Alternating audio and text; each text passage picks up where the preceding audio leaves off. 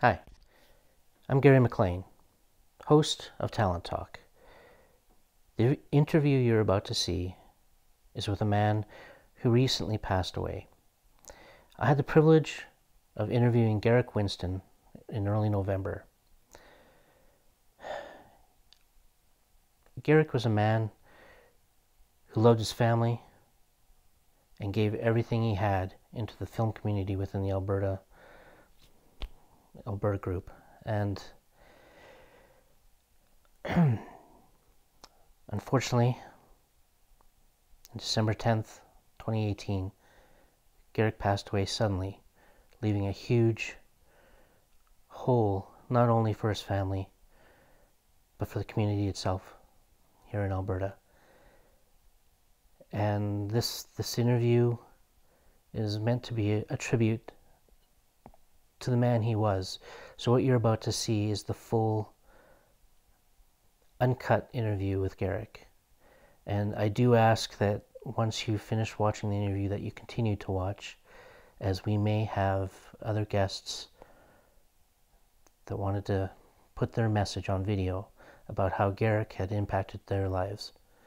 So please, stick around, watch the entire thing, and also check out the description below where you can see a slideshow celebrating the life of Gerrick Winston. Thank you.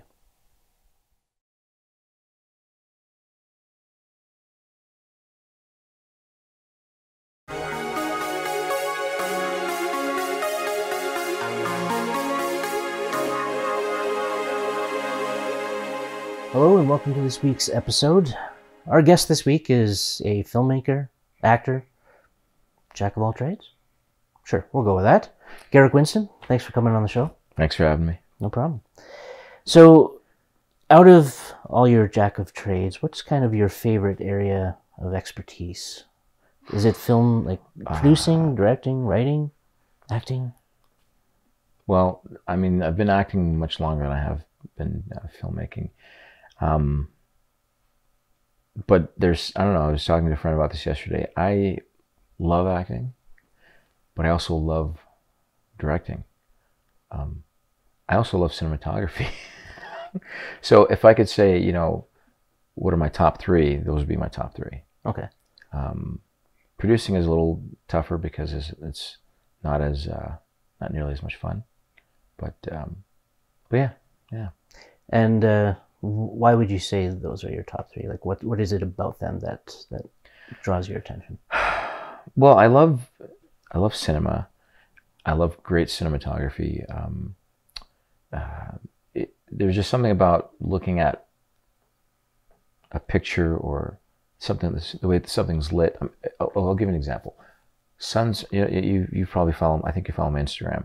I love sunrises and sunsets. Right. Yes. Those are like my favorite. And I love the way that light just contributes to a moment.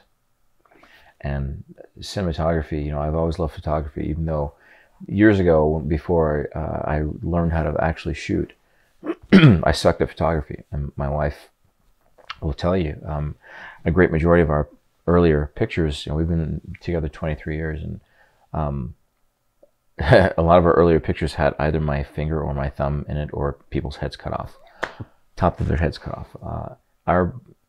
Our baby girl, when she was born, she's in my wife's arms, and my wife's head's cut off. She's like, Gerrick, come on, man. You had one job. I don't know. Cinematography is something I just now that I know how to take pictures, I just love it. I love the composing the shots, and just telling stories is really at the crux of all of the acting and the directing and cinematography. I love telling stories. Right.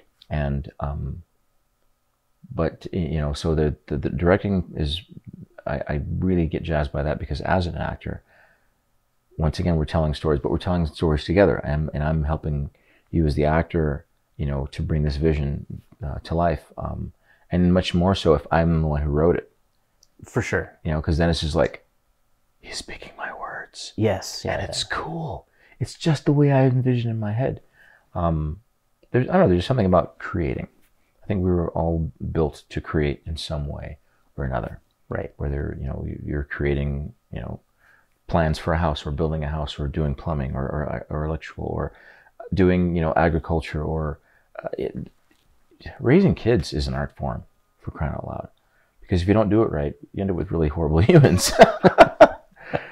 So, yeah, I think that's really what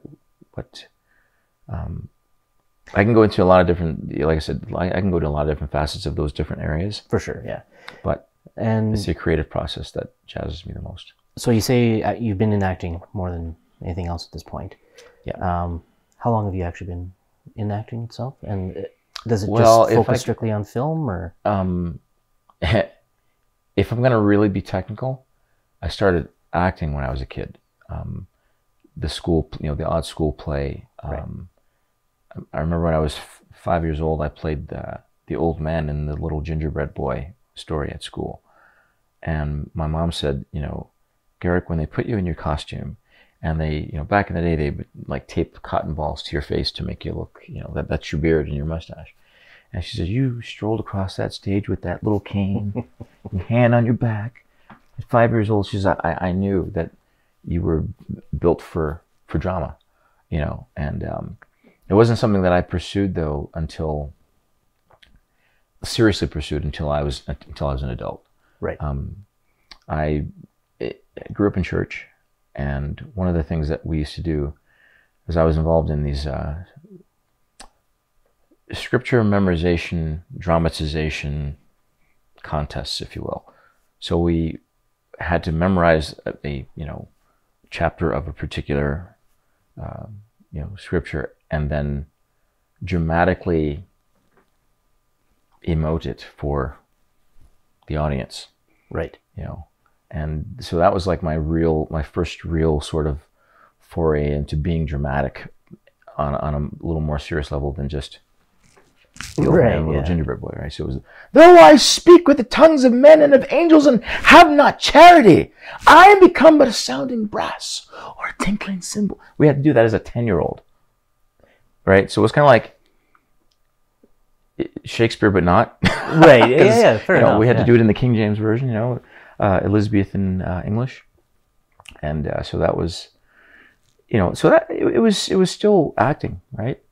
And so, but like I said, it wasn't until I was 26, honestly, when I really pursued it professionally. And even then, I didn't know what the heck I was doing. I didn't know what I was getting myself into, because I was modeling mainly. About 50 pounds ago, that is, just in case you're wondering. But they sent me out into my first commercial read, and it was for a radio commercial for the big, this is in Tennessee, by the way. We lived in Tennessee for 5 years. This commercial read was for monster trucks. Now, and I was just doing it just for the agent, because they wanted to see what I was made of and what they wanted to send me out to do outside of modeling. And he gives me the script. He says, all right, read this. And I was like, okay, I'm familiar with this. Power, power, power. And he just about jumped out of his chair. I was like, whoa, that was awesome. And immediately they sent me to my first commercial audition. It wasn't for monster trucks, thank God. But I still didn't really fully understand the craft, right, of acting. So oftentimes, and young people, any of you guys who are out there and you're aspiring to be an actor, don't do what I did. Right from day one, learn your craft. Take the lines that you have to practice and learn them. Be off book for auditions, because I was not. Yes. Yes. It was I'm sure a lot of us actually made that mistake. Yeah. I know I have. Yes. Yeah. It's just the realization, that whole idea of, if I knew then what I know now, where would I be? Absolutely. In my career, I woulda, shoulda, coulda. We can't say woulda, coulda, shoulda, but at the same time, it's like, dang it, I wish I'd taken it a little more seriously back then, Yeah. But still, it got me to where I am today. There's something that really, kind of took hold of me. I really wanted to be in the business. Sometimes it was for the wrong reasons, fame and fortune, blah, blah, blah. But being a creative, and especially acting, has always been a part of my life. I love it. I absolutely love it. I do tons of impressions, voices and stuff like that. And can you do one for me now? Pick anybody. Oh Lord.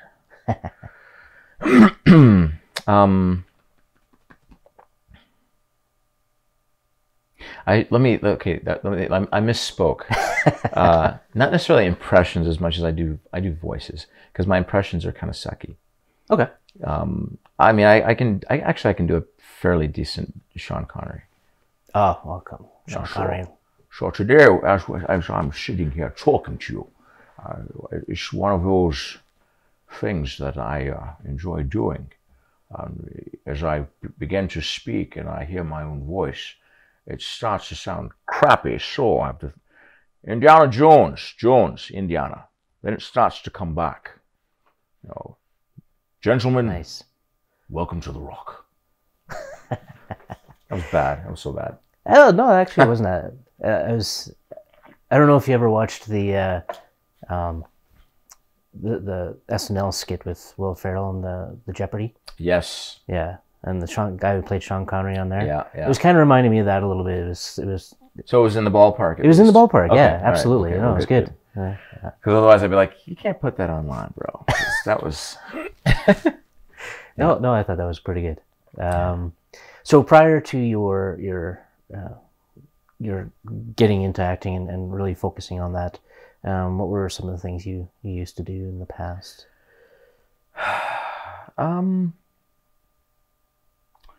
Well, after high school, because I wasn't really involved in drama at all, really, during high school. And you were born in the U.S., correct? I was born in the U.S. Yeah, born and raised in Chicago. Chicago. Okay. Graduated high school in '88. I joined the U.S. military. I was in the U.S. Air Force for 6 years, 4 years active duty, and then reserves. I ended up being an aircraft maintenance specialist in the Air Force. But before I get to that, though, I was in high school. Football was my first love. If you're a little black kid in Chicago, you either play basketball, football, baseball. I started with football. Things didn't work out, from a familial standpoint. I had some family issues, so I couldn't really, forge into football the way I wanted to. So I ended up having to quit for a while, and because my grades were suffering, right. Because of the family issues. And then, by the time my grades came back up, I was wanting to play sports again, and by the time we changed neighborhoods, changed schools, and then I was too afraid to play football at that point because I was in a brand new system, brand new kids, brand new coaches. I had no idea what to expect, and I just said, you know what, it's a little too late for me to do that.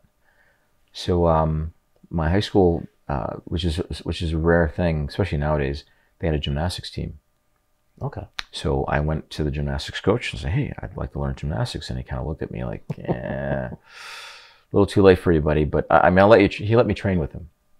So I was learning some basic stuff, some basic stuff, acrobatic type stuff. And then one day the swim coach came to him and was like, listen, I want to restart our diving team. We need extra points for the swim team. You got any guys who might be interested? I was voluntold to, well, in a very nice way, Gerrick, you should check out diving. I think what he was saying was, you have no hope in Hades of being a gymnast. So if you like flipping, let's go try diving. Yeah, let's go try diving. And it's something that, it did not come to me naturally at all. It took some hard work and training, and then I just fell in love with the sport. And that was a part of my life for the better part of 20 years. Right. And then you did some coaching as well, right? Was that for Miami? No. What happened was, long story short, graduate high school, went to the military, ended up being stationed in Michigan. Met somebody there on base who had, because I was 19 at the time, they had a connection with the high school and said, hey, they're looking for a diving coach. Sure, I'll come and volunteer, whatever, you know. And that's kind of how I got back into that side. I started coaching at the local high school for a couple of seasons, and that was cool. It was interesting. I still didn't really fully know what I was doing because I was still pretty fresh to the sport myself, you know, only a few years in. But anytime I develop a passion for something, you know, I go all in. You know, I just do. I'm in it to win it, you know. And that coaching those kids got my juices flowing again while I was in the Air Force, and then, you know, ended up going back to diving after I was done with the military through university, but not before I ended up serving over in the Persian Gulf in 1991. Okay. The Persian Gulf War, Desert Storm, Desert Shield. How long were you stationed there? About 2.5 months. 2.5. Yeah. Okay. We were there just a few days before Desert Storm, because the Desert Shield was essentially the buildup, you know, of all the forces in the desert and all the different bases. And then the air war started a few days after we arrived in Saudi Arabia, because we were sending planes from there and a bunch of other bases into Iraq. Yeah, and then the ground war was over somewhere in like beginning, middle of March, thereabouts. And that's when we came home. Okay. Yeah. And sorry, you were in the military for how long in total? About 6 years. 6 years. Yeah. Okay. Came home, went back to school. While I was in school, joined the reserves. The way it was then, you had to commit to 8 years in the U.S. military. 4 years active duty and 4 years inactive duty. And if you wanted to do active reserves while you're doing that, then you could do that as well. But it's a total of 8 years. So if I had gone, say for instance, I'd spent my 4 years active duty, came home, and then all of a sudden another war broke out, they could call me right back. Right. You know, because I still have a 4-year commitment. Okay. So now, moving forward again to your actual acting and producing career. For example, you were in a film called The Great Fear, which was a feature film that was done locally. How was that? Like, your capacity was strictly as an actor on that one, or no? I was Ian Laird directed and wrote The Great Fear. He actually we met on another short film in London, Ontario, when I lived there for 4 years, from 2007 to 2011. And his cousin was shooting a short film. Met Ian on the set there. We became friends, you know, fast friends right away. And then he moved to Vancouver. And then after my wife was done with her residency, we moved back to Calgary, and we stayed in touch. And then one day he calls me up and says, "Listen, man, I've got this idea for a feature. I want to throw at you because I have you in mind for the lead." Okay, that kind of came out of nowhere, but sure. And I didn't really know him that well, to be honest with you. We met, we became friends, but we just kind of sort of, you know, sporadically stayed in contact through texting and social media, you know, Facebook, right. You know, because we both have, you know, passion for filmmaking and storytelling. And I said, well, send me the draft, you know. So he sent me the first draft. Well, okay, let's look at that for a little while. First draft, and he says, okay, well, let's. So we talked about it and then started fleshing some things out. And long story short, got the final draft, and it was like, okay, well, this is cool. Let's do this. And I was the signatory producer because he wanted to make it ACTRA. And so, yeah, I helped him with getting the actors. We ended up shooting at his uncle's farm out in DeWinton, which was amazing. Yeah, so and I also provided most of the grip gear. Okay. Because Yeah. I have my own little film production company, G5 Films. So, which at the time, we didn't have these nice lights. We had our, you know, Home Depot style lights and some work lights from Costco, and that's what we used to shoot the entire film. Now he was more of a, he wanted to be more of a sort of, not an homage to Terrence Malick, but he really likes Terrence Malick's style. Right. Very up close, shallow depth of field, as much daylight as possible, and that's kind of what we were going for in terms of the look and feel of the film. But there were some night scenes, and so we had to do some crazy stuff to light these scenes. There was one night where my character wakes up in the middle of the night, and because he has this problem with sleepwalking, and so we had to figure out how to give us some sort of moonlight as I'm walking. I'm just in my pajamas and no shirt, and I'm walking, and it starts to rain a little bit. We had taken essentially a 30-foot ladder and duct taped the heck out of it, a double stand of these Costco brand LED lights, and put them up in the air and gelled them, and that was that was our moonlight. It worked really well, but if anybody had seen us, they were like, "What are you buffoons doing?" Right. We were propping it up against a tree, and yeah, and we're like, "Crap, we really hope it doesn't rain, or we don't have lightning, because we're gonna be hooped." But no, it was a labor of love.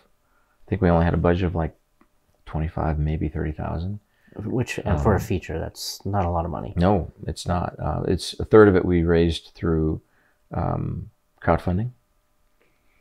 But yeah. So anyway, to answer your question, I wasn't just an actor in it. I co-produced it. Sometimes I was there doing sound, live sound capture with a boom. Right. Because it was between your scenes, your it was whatever we got to do to make this thing, we're gonna do it. Right. And did that make a circuit of any sort through festivals, or? It ended up, it got submitted to a bunch of festivals. Actually ended up getting we ended up becoming as finalists in the Cayman Islands International Film Festival, which I didn't realize at the time was actually a pretty decent sized festival. Right. There's like other Hollywood films that we were being screened with. And people ask me all the time, well, did you go? I'm like, no, it's Cayman Islands. I can't afford to go to Cayman Islands for a film festival. It would have been great. It would have been amazing. But yeah, so it didn't get into CIFF, Calgary International Film Festival, or TIFF, but some other, I think the London Sci-Fi Film Festival, which is a decent size one. We got into that one because it was a speculative science fiction film. So if our viewers actually wanted to check it out, is there any place they can do that yet? Not yet. It will be going online soon. We're just trying to figure out the particulars of where to put it. And so just to let everybody, can we give them a bit of a backstory of what it's actually about? Because I know when I watched it, I thought it was a great film, personally. The Great Fear is a speculative science fiction film essentially about GMOs, or rather the money behind it, and the question of whether or not GMOs are they inherently bad, or is it simply the corporations behind GMOs? Are they bad, potentially? And it's like, once again, science fiction. Not a lot. I wouldn't say there was a ton of hard scientific fact in there, but there's some for sure. I mean, there's still a lot of questions as to whether what are the long-term implications of GMOs. What are companies like Monsanto? We know that there's some things that they're doing that are very questionable, or more than questionable. There's just a lot of different lawsuits, especially over in the European Union, against Monsanto because of suspicions of different, shady practices in terms of what they put in the food and into the grains and things like that. So This film kind of delves into that, and The what ifs. the what ifs. What if this grain gets crossed with some other It's kind of like kind of thing, and then once the animals eat it, and then we eat the animals. Absolutely. The transgenic effect. It's kind of like the genetics of animals or humans, right? The more you play with it, the more you're manipulating things and potentially changing them, not necessarily for the better. Exactly. And it's the same thing with the plants and the food that we're intaking, right? So it's a kind of a cool little look into that. And I thought it was quite an interesting film. So. Thank you. Yeah, I appreciate it. It's interesting because there's lots of talk about how bad GMOs are, and I mean if you shop at Costco, a great majority of their produce is actually GMO. We love their grapes. Right. Yeah. But when you really think about the actual pure science of it, it's actually quite ingenious. To be able to take certain genes of certain fish and crossing them with the genes of tomatoes or grapes or things like that to enhance either the flavor and or the shelf life of these products, without there being an actual danger to humans. But like I said, the jury's still out. We won't know. For most of this research, it takes 20 to 25 years for us to see the final outcome of how it affects us or how it affects our children. Right. Unfortunately. Yeah. But in the interim, you got to eat. Absolutely, right. And organic is really expensive. And I mean, I'm definitely no expert on the whole situation. However, from articles I have read personally as well, it seems that there's no real pure seeds left, honestly, in terms of whether it be your the heirloom seeds. Absolutely, right. Yeah, like there's very little left, if any. I'm not even sure, to be honest. But I know some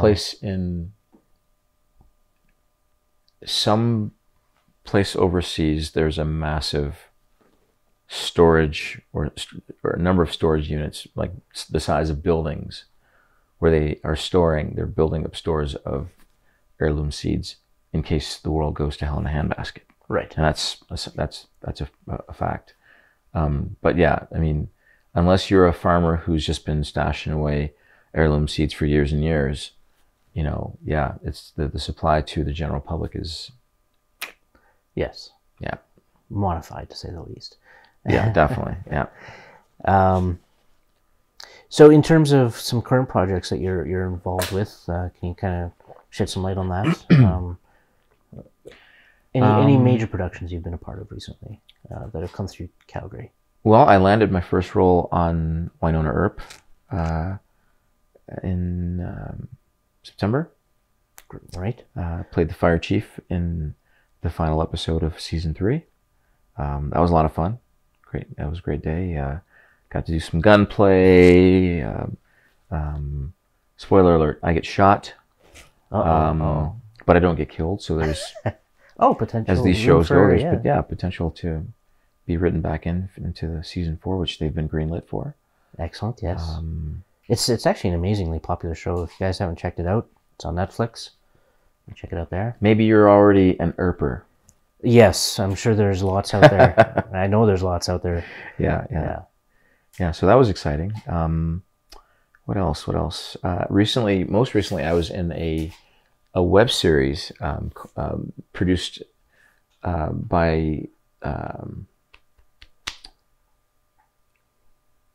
Oh, brother! I don't want to get their company name wrong.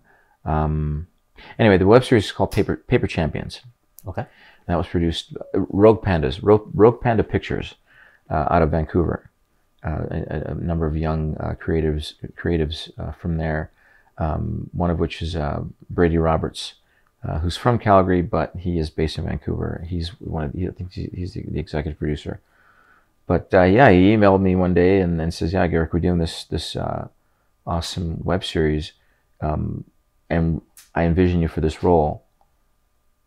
Would you self-tape for us?" And I was like, "Sure, why not?" And so I auditioned, sent a self-tape. This guy, you know, Blake Lasers is his name. He's this, you know, brash, loud, you know, bombastic personality. He's a ex WWE wrestler, or sorry, not WWE. He's an ex pro wrestler turned fight promoter, a la Don King. So Gotcha. like really big, you know, personality, and his voice sounded like this. I'm Blake Lasers, baby. Woo. Nice. You know, and it's funny because I was up for a small role, a very small role in a local film. Well, it's not a local film, in a film that's shooting here right now. I can't say the name of it because you're not allowed to say the name. Fair enough. Yeah, and but I ended up turning that role down because one, we didn't really know when they were gonna want me for the day, because it was a day player role. Day player is a 1 day, maybe 2 lines, maybe a few more lines, but still, day player and this Blake Lasers role, I was like, this is one of the coolest roles I get to play, and so I chose it over the big budget production. Right. And honestly, especially here in Alberta, I mean, you have to make those decisions, right? Because it's not very often you get a major production in here, but also when it does come through, you don't necessarily get the opportunity for a decent role. Yeah. Like you said, it's usually a 1 or 2 liner. Whereas if you've got a short production or even an indie feature where you've got the opportunity to do something big and fun, you kind of got to take it. Well, absolutely, and it was definitely one of the, if not the most fun I've had in a role, because this guy, like I said, this guy was just so over the top, and they wanted him to be over the top.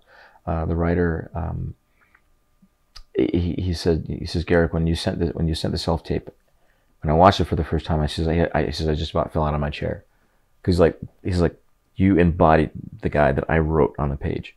And then when you came to set, and once again I saw it live, I was like, yeah, this is the guy, Blake Lasers, man.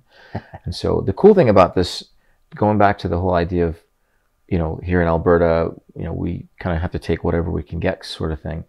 Turns out that this web series was funded by TELUS, not through TELUS Story Hive, but through a different funding model, because they heard that these guys at Rogue Panda Pictures were doing some great stuff, and so they said, we want to see what you got. And so they sent, you know, the scripts over, and they said, we'll fund this one. And they're like, oh, okay. So then they did the casting, and then they brought it to Calgary, which was great. They actually want to do the second season here in Calgary. Right. Because what I didn't know until I was on set is that not only is TELUS wanting more material, but Netflix has their eyes on it now, and Hulu.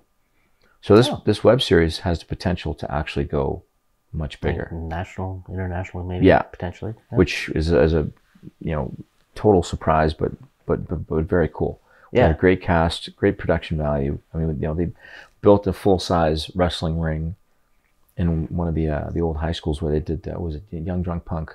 Yep. Can't remember the name of the school, but yeah, it was a great gig to be on, though. Those guys were amazing. So, okay, yeah. So acting wise, that's the latest, gig. And so for your production company, G5, how long has that name been G5 around? Films, that was established in 2011, November 2011. So I'm coming up on 7 years. 7 years this month. And are you kind of the sole proprietor of that? Yes. Yes. Okay. Yeah. I do corporate videos, short films, the occasional music video. Just shot only my second wedding in August, because I don't really do weddings because people are crazy. Especially at weddings. Yeah. It's it's just one of those things. People, you go through meetings before the day, and there's all the expectations drawn up, and this is what I'm going to do for you. This is how we're going to shoot things, and they're like, oh yeah, we know you're going to do a great job. And then the day comes, and it's like, We changed our mind. Right. What do you mean you changed your mind? We want you to do this, this, this, and this. Oh yeah, on top of this, this, this, and this. I'm only one guy. I need a second camera for that. Oh. You don't have one? Yeah, I know, right? No. So anyway, weddings. I'm kind of making light of it, but weddings they're an industry all on their own, and so you have to really be a dedicated, videographer for weddings. Right. And I'm a filmmaker. I write, I direct. I want to tell a different kind of story than the wedding, and cinematography is. While it is there's this debate about videography versus cinematography. Cinematography has made its way into weddings. It's the industry is, it's huge.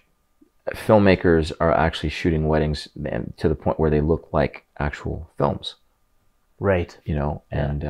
So it's taken on a whole different look and feel, which is great. But at the same time, the expectations are quite high for minimum return compared to shooting it, like say a funded film, per se. So when it comes to the music videos, have you done a lot of those? Like I know you've done one recently with Jerome de Gurville and Victoria Sardo. Is that right? Yes. Yeah. What you've done to me. We shot this past March. Right. And that came out of the two of them, both Victoria and Jerome are actors, but they also sing and they do music. And they decided they wanted to collaborate one day, just kind of on a whim. And he laid down some beats and some music, and they worked on some lyrics together. And he's also a rapper. And yeah, they came up with this cool song. And they played it for me one day. Just, Gerrick, check out the song we recorded. And I don't think they had any designs on doing a music video at that point. But when I heard the song, and I'm a very visual person, like as soon as I hear, the music and the lyrics and things, I go, okay, guys, this can make a cool music video. Right. And they're like, really? I'm like, yeah. So for the next few months, we're just sitting down writing some stuff and just throwing ideas back and forth, and finally kind of came up with the skeleton of what we wanted this thing to look like. And then I wrote a script for it based on all the things that we kind of come up with. And then we shot it. We shot it in, was it 2 days? Okay. Yeah. It was probably more like 3 days worth of work and production that we were able to squeeze into 2 days because of everybody's schedule. Right. And we didn't have any funding for it. We just, put in our own time and our own money to do it. And I know even today, I'm still always amazed that, you can spend 2 days filming for a 3.5 minute segment, honestly, right? Yeah. It's just amazing the time and work that's required just for these small little tidbits of entertainment. Yeah. But that's part of the fun, I think. Oh, absolutely. It's as I said earlier, creating, and telling stories there's nothing else like it, and I'm completely honored, to be a part of this industry, and all the amazing people that I've met, in the industry. I mean, we haven't gotten to work together yet. No, not in that capacity for sure. Not in that capacity yet. But, it's on the books. yes. But no, I love it. I love filmmaking. I love acting, and I just did a short just a few weeks ago. I haven't posted anything about it yet. It's called Path to Nowhere, and it's about I took it from another script written by Tolu Sholanke, who is a local Nigerian filmmaker. He's only been in Calgary for about a year. And I met him. He was working for CSIF for a bit, Calgary Society of Independent Filmmakers. We met at a studio opening, JR Studios. Okay. And El Chicano was being shot there at the time. Anyway, we met. We hit it off. And he says, Gerrick, I've got a couple of scripts I would like you to look at because they're still in sort of the Nigerian English, dare I say, pidgin English. And I would love for it to be translated into North American English, so I can actually, you know, produce it here. And so we met and we went over it, and I was like, these are great ideas. We ended up shooting one for the road reel filmmaker contest, online contest. It was a little sci-fi, 3-minute sci-fi short called Breachers. And then the other script is called Nana, and it was more of a horror thriller short about these three guys who they had robbed a bank, and then they, you know, on the run they accidentally killed this guy, but it's witnessed by this woman. So now they've got to figure out what are we going to do with this woman, and it was, like I said, it was more horror to it than you know, just a suspense thriller. Right. And so I said, you know, this is great, but we're going to have to narrow the scope of this, because there's no way you're going to be able to, you know, like with the current budget, there's no way you're going to be able to produce it. So I rewrote it for him, you know, narrowed the scope, and then eventually, like, his, you know, circumstances were not great for him, and so I ended up buying the idea from him and producing it myself. Yeah, so it's suspense thriller, same bones of the story, except there's a couple of cool twists to it that I will leave until it's released. Perfect. So, well, we're on. oh, sorry, and that's called Path to Nowhere. Path to Nowhere. Yeah. So keep an eye out for that. Yeah. We're actually out of time, so I want to thank you for coming in. However, if somebody wants to see some of G5's work, can they see that online at all? G5films.com. Perfect. Is the website. Yeah. Well, Gerrick, I'd like to thank you for coming on the show and chatting with us today. It was always a pleasure talking with you. Likewise. Thank you for having me. Yeah. When I first met Gerrick, all I remember is that beaming smile and that real warm, humble, inviting personality. And when we got talking, the energy that Gerrick had was just awesome. And we bounced off each other's ideas. Like, we wanted to collaborate. I wanted to shoot movies and act in them and do this and know about directing and producing as well. And he'd be like, oh man, we can totally work together. And we would just bounce off each other's ideas. And that relationship turned into a really solid friendship. And Gerrick really taught me just so much, not only just in the filming industry, but just about myself, in terms of being, just owning who you are and be true to yourself and trust yourself. Yeah, he'd always make me laugh, always make me laugh. And he taught me to laugh. He's like, you gotta let it go. You gotta let it go, and you gotta laugh and just be grateful for where you are and where you've come from and what you have. He always would say that. He'd always say, don't worry, Vic, it's gonna happen for you, it's gonna come, but don't be getting ready. Be ready. He'd always say that. We all miss it. I met Gerrick 5 years ago working on a short film called Anna's Wish, and back then, even in the short encounter I had with him in the studio, he had a larger than life personality. He filled up the room, and it didn't matter what he was working on or what was happening at the moment, but there was always passion, and there was always a spark to his eye, and he'd always find a way to crack a joke or bust out singing or start dancing or find some way to make you laugh or smile. And a lot of the memories that I do have that I think of often are those memories where we were under pressure, under the gun for time, but he'd crack a joke. And you know, in those moments you'd forget about all the pressures and everything, but and I've definitely learned a lot from him, not even just in film, but just in life and about myself, and working with others, and being able to find joy and meaning in the simple things, and being able to still smile under pressure, and find a way to bring light to a situation. That was something he was really great at doing.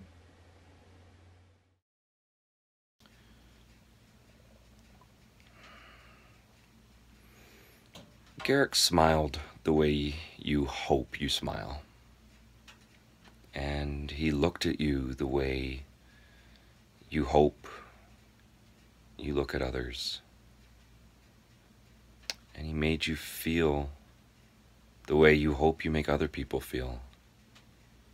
He had the uncanny ability to make you feel included and wanted and loved and special instantly.